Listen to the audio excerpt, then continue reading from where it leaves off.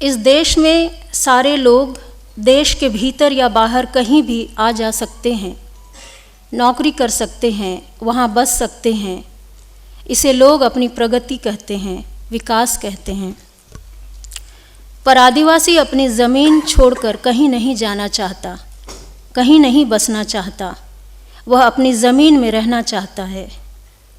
देश उनके दिमाग में नहीं रहता, शेष लोगों की तरह देश उसके आसपास रहता है। जब वह अपनी ज़मीन को छूता है तो उसे लगता है वह इस देश में है, जैसे उसके पुरखे और पुरखों के पुरखे इस देश की ज़मीन पर मौजूद रहे।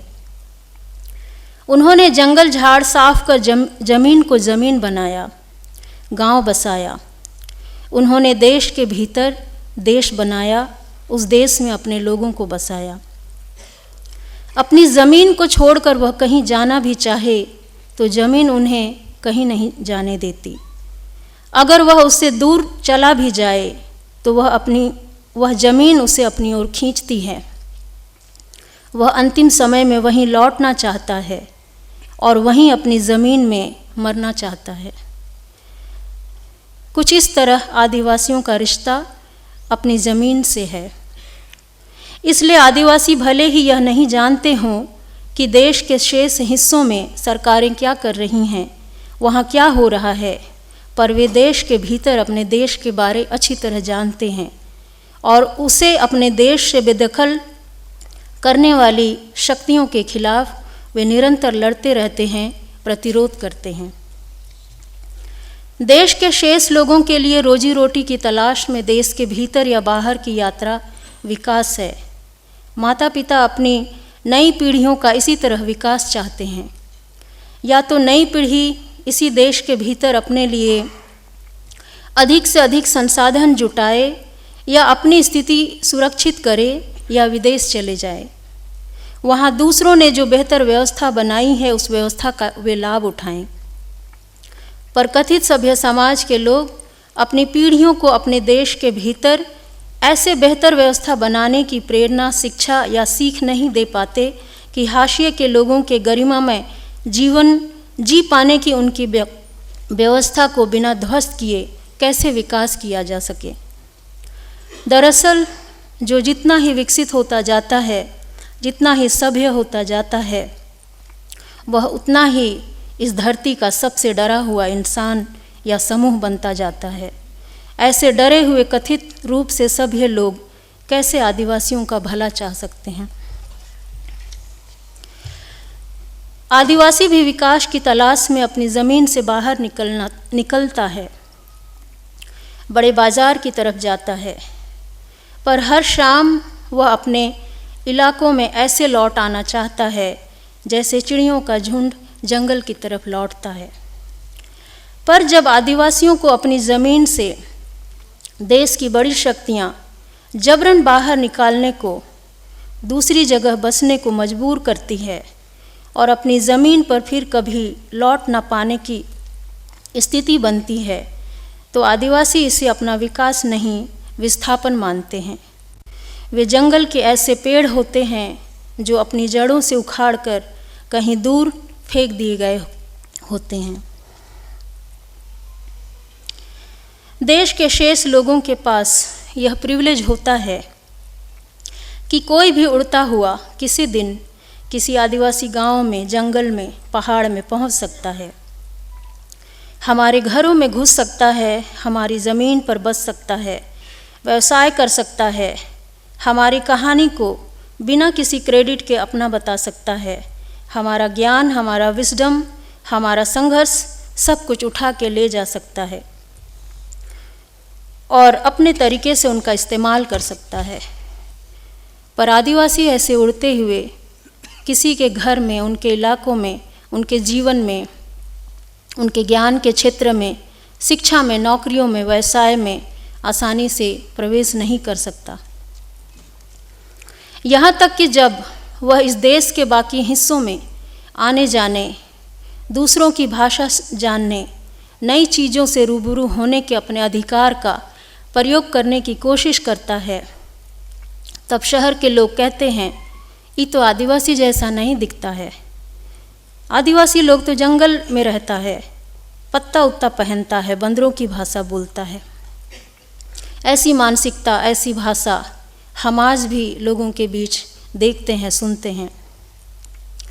दरअसल एक और कथित सभ्य समाज जबरन आदिवासियों को उनके इलाकों में धकेल कर रखना चाहता है। जंगलों पहाड़ों में वे बंधक बने रहे, वह यह चाहता है। उनके बाहर निकलने को कभी स्वीकार नहीं करना चाहता। इस स्वीकार नहीं किए जाने से आदिवासी घबराकर अपने इलाकों से बाहर निकलना नहीं चाहता। जब आदिवासी शहर में कोई व्यवसाय करना चाहता है तो शहर के व्यवसायी उन्हें व्यवसाय करने नहीं देना चाहते। जब वह ऊंची शिक्षा में आगे बढ़ना चाहता है तो शैक्षिक संस्थानों में काबिज लोग उन्हें नीचे धकेलते हैं। इस तरह हम देखते हैं कि एक वर्ग देश में व्यवसाय पर अपना अधिकार बनाए रखता है, एक वर्ग शिक्षा पर पीढ़ी दर पीढ़ी एकाधिकार बनाए रखता है। अब इन दोनों को ही आदिवासियों की ज़मीन चाहिए, जंगल चाहिए, नदी चाहिए, पहाड़ चाहिए, उनके नीचे दबे खनिज चाहिए, ताकि वे अपना अंतहीन विकास करते रहें। इन्हीं के गठजोड़ से यह देश भी चल रहा है, जहां आदिवासियों का विस्थापन, दमन खत्म नहीं हो सकता है। ठीक ऐसे समय में जब कोई आदिवासी शहर की भाषाएं सीख जाता है, नया पहनावा पहन लेता है और शहर के किसी बड़े मंच पर आकर खड़ा हो जाता है, तब दर्शक एक दूसरे के कान में फुसफुसाते हुए कहते हैं, देखो यह आदिवासी कितना बदल गया है, कहाँ से आदिवासी दिख रहा है, विकास तो हो गया इनका, और कितना विकास चाहिए इनको। लोग उन्हें आदिवासी मानने से इनकार करते हैं, पर जब वह अपनी परिधान में शहर आ जाता है और फिर से अपनी परिधान में मंच में खड़ा हो जाता है, तब वे अपनी बात से पलटते हुए कहते हैं, हर जगह ऐसा कपड़ा पहन के ये आदिवासी क्यों चले आते हैं। इस तरह हम देखते हैं कि आदिवासियों पर लगातार एक मानसिक दबाव बना रहता है। वे क्या पहने, क्या खाएं, ऐसे दिखें, वैसे दिखें, कैसे दिखें। अपनी परिभाषा वे खुद गढ़ें या दूसरों की परिभाषाओं के हिसाब से खुद को फिट करते रहने के लिए जद्दोजहद करते रहें। वे बहुत असमंजस में हैं। इस पूरी प्रक्रिया में आदिवासी सिर्फ शाब्दिक हिंसा नहीं झेलते, वे आर्थिक रूप से, शैक्षणिक रूप से, सामाजिक रूप से निरंतर कमज़ोर रहें, बिखरे हुए रहें, टूटे हुए रहें और किसी न किसी के फॉलोअर बने रहें, इसकी पूरी कोशिश चलती रहती है। इधर आदिवासियों को विस्थापित करने का, ज़मीन खाली कराने का एक कारगर नैरेटिव सत्ता ने देश के लोगों को दिया है, और वह है नक्सलवाद खत्म करने के नाम पर आदिवासी इलाकों में सेना को उतारना, गांव को पुलिस छावनियों से पाट देना और उस सेना से लोगों पर हमले करवाना, उनकी हत्या करवाना, उन्हें अपने इलाके छोड़कर गांव से बाहर भागने, शहर में छिपने पर मजबूर करना। देश के लोगों के बीच यह नैरेटिव घूमता रहता है और वे समझते हैं कि यह आदिवासी इलाकों के विकास के लिए अच्छा है। यह देश, खासकर इस देश का कथित मुख्य धारा सत्ता के नैरेटिव के साथ चलता है, क्योंकि सरकार गरीब लोगों से नहीं चलती, वह देश के अमीर लोगों से चलती है और आदिवासियों के विस्थापन में सब लोगों की सामूहिक भूमिका बनी रहती है। इधर धीरे धीरे आदिवासी शेड्यूल ट्राइब की सूची से भी बाहर किए जा रहे हैं। मैं एक उदाहरण देना चाहती हूँ। संयुक्त बिहार के समय 80 के दशक में आज के झारखंड के भुइंहरी मुंडा आदिवासी एसटी की सूची से बाहर कर ओबीसी की सूची में डाल दिए गए और आज तक वे खुद को आदिवासी की सूची में वापस रखे जाने के लिए जूझ रहे हैं, क्योंकि मुंडा आदिवासियों को लंबे समय तक मालूम ही नहीं था कि वे कब एसटी से ओबीसी हो गए।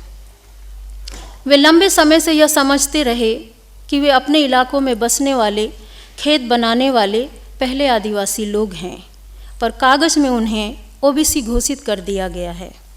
झारखंड के खूंटी जिले के इलाकों में खुटकटी शब्द इस्तेमाल होता है, जिसका अर्थ है झाड़ झंकड़ साफ कर उस इलाके में खेत जमीन बनाने वाले पहले आदिवासी लोग। यह मुंडारी भाषा का शब्द है। झारखंड के दूसरे हिस्सों में मसलन गुमला जिला सहित अन्य 4 जिलों में भुइंहरी शब्द का इस्तेमाल होता है।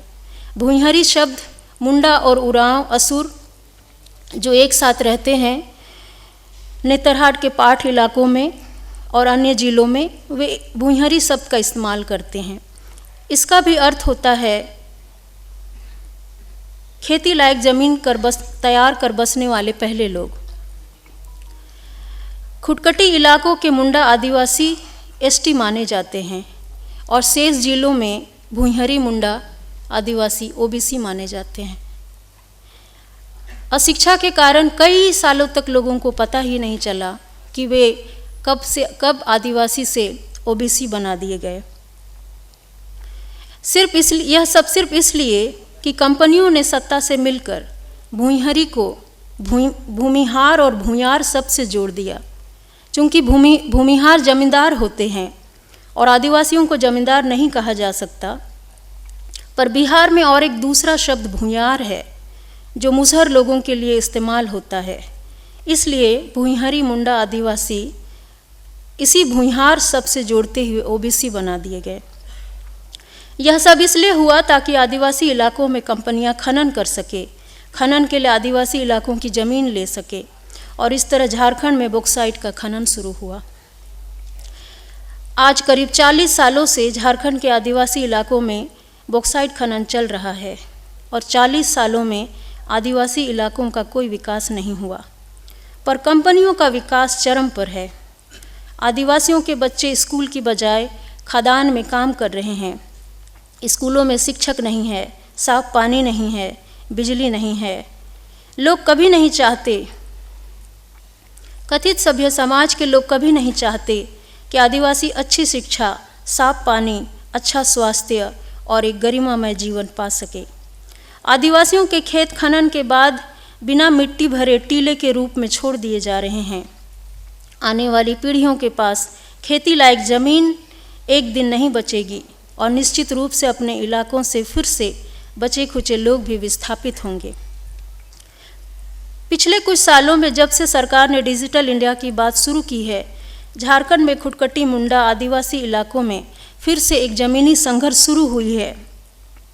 जमींदार के वंशज जमींदारी प्रथा खत्म हो जाने के बाद भी यह नहीं मानते और अपने पिता दादा की ज़मीन पर अपना हक बता रहे हैं। ऑफलाइन कई आदिवासियों की ज़मीन का रसीद अब कटना बंद हो गया है। ऑनलाइन फिर से जमींदारों के वंशजों के नाम रिकॉर्ड में चढ़ा दिए गए हैं। तो ज़मीन पर आज भी जमींदारी प्रथा बहाल करने की एक लड़ाई अलग से चल रही है। जमींदारों के वंशज अक्सर पुलिस प्रशासन के साथ यह लड़ाई लड़ने आते हैं और आदिवासियों पर लाठियां बरसाई जाती है। कई आदिवासियों की ज़मीन की जानकारी गलत तरीके से ऑनलाइन रिकॉर्ड की गई है और उसके सुधार के लिए पैसे मांगे जाते हैं। सरकारी कर्मचारियों को घूस देने के लिए आदिवासी अपनी ज़मीन, गाय बकरी गिरवी रखने को मजबूर हैं। तो इस तरह डिजिटल इंडिया में नए तरीके से आदिवासियों की ज़मीनों की लूट का रास्ता खुल गया है। सरकार की योजनाओं का लाभ दरअसल कॉरपोरेट और शहर के बिचौलियों को भारी लाभ पहुंचाता है। साधारण लोग हमेशा इसके शिकार होते हैं। मैं शिद्दत से यह यकीन करती हूँ कि इस देश की ब्राह्मणवादी व्यवस्था, सत्ता, इससे जुड़े लोग कभी भी अपने ही देश के लोगों के साथ न्याय नहीं कर सकते हैं। भ्रष्टाचार उनकी नसों में बहता है, वर्चस्व ऊंच नीच उनकी रीढ़ में धंसा हुआ है। हर आदिवासी यह जानता है और कहीं ना कहीं विश्वास करता है। इसलिए पीढ़ी दर पीढ़ी आदिवासी इस देश के भीतर इसी ब्राह्मणवादी व्यवस्था से बचने के लिए दूर भागता रहा, जंगलों की शरण लेता रहा, निरंतर इस व्यवस्था का प्रतिरोध करता रहा। पर आज वह इस व्यवस्था के चौतरफे हमले से बच नहीं सकता है। शहरी शिक्षित लोग भी आदिवासी इलाके की तरफ तभी आते हैं जब उनका पेट भरा रहता है। इन इलाकों के संघर्ष उनके जीवन में रोमांच और नयापन जोड़ता है। उन्हें कथित मुख्य धारा के अपने लोगों के बीच पॉपुलर बनाता है, नाम पैसा अवार्ड दिलाता है। उनके बच्चे आदिवासी इलाकों में सिर्फ इसलिए रिसर्च करने आते हैं क्योंकि उन्हें कुछ नए कच्चे माल की तलाश रहती है। आदिवासी इलाकों से मिली हर जानकारी उन्हें राष्ट्रीय और अंतर्राष्ट्रीय फेलोशिप फंड ग्रांट दिलाते हैं, लेकिन वह पीड़ा जो इस देश के भीतर आदिवासी झेलते हैं, वह पीड़ा बहुतों को अपनी पीड़ा कभी नहीं लग सकती। उनका प्रिविलेज पावर्स जीवन जीने की अपनी शैली उसी तरह बनी रहती है। वे आते हैं, काम खत्म करते हैं और अपने लोगों के बीच सम्मानित होकर लौट जाते हैं।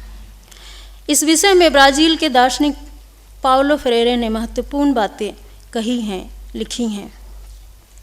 बहुत से लोग आदिवासियों की कहानियों से आदिवासियों की स्थिति बदलना चाहते हैं और वे कथित मुख्य धारा से इसकी उम्मीद करते हैं। सभ्य समाज में आने वाले भविष्य के संकट के रास्ते तलाशते हैं। उनके भीतर थोड़ी सी संवेदना जगाना चाहते हैं ताकि वे लोग अपनी सरकार से कहें कि वह आदिवासियों पर थोड़ी रहम दिखाए, ताकि उनके जनसंहार का पाप इतिहास में दर्ज ना हो और बहुत से लोग इस ग्लानि से कुछ बचे रह सकें। दरअसल कथित सभ्य समाज बहुत शातिर होता है। इस तरह से देखें तो देश के एनजीओ, कॉरपोरेट, सरकार, शिक्षित लोग, बुद्धिजीवी, सबको आदिवासियों की ज़मीन के नीचे मिनरल, जंगल की कहानी, संघर्ष की कहानी, रिपोर्ट और अंत में उनका पूरा डेटा चाहिए। इसलिए एक आदिवासी युवा बुद्धिजीवी जो अब नहीं हैं, अभय खाखा ने लिखा था, I am not your data. इस तरह सब मिलकर देश के विकास के नाम पर आदिवासियों की लूट, उनकी हिंसा, शोषण, दोहन में अपनी अलग अलग हिस्सेदारी रखते हैं। सब मिल बांट कर विकास के नाम पर अपना विकास सुनिश्चित करते हुए आदिवासियों की बलि चढ़ाते हैं। देश में एक बड़ा यज्ञ होता है, थोड़ा थोड़ा बलि का प्रसाद सब खाते हैं। ऐसे देश में आदिवासियों के अस्तित्व का बचा रहना संभव नहीं है। आदिवासी इस देश में बचे हुए हैं तो सिर्फ अपने प्रतिरोध के कारण, पीढ़ी दर पीढ़ी किए जाने वाले अपने प्रतिरोध के कारण। दरअसल असल अर्थ में देखें तो आदिवासी विस्थापित होने से भी कहीं अधिक अपने अस्तित्व की आखिरी लड़ाई लड़ रहे हैं। मैं कुछ छोटी कविताओं के साथ अपनी बात खत्म करूंगी। जड़ों की ज़मीन, वे पेड़ों को बर्दाश्त नहीं करते, वे पेड़ों को बर्दाश्त नहीं करते क्योंकि उनकी जड़ें ज़मीन मांगती हैं। जहाँ कुछ नहीं पहुँचता, पहाड़ पर लोग पहाड़ का पानी पीते हैं, सरकार का पानी वहाँ तक नहीं पहुँचता।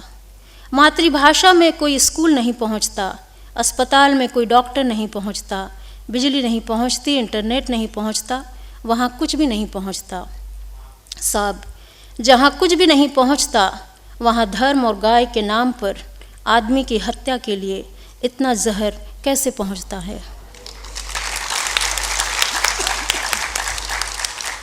राष्ट्रवाद, जब मेरा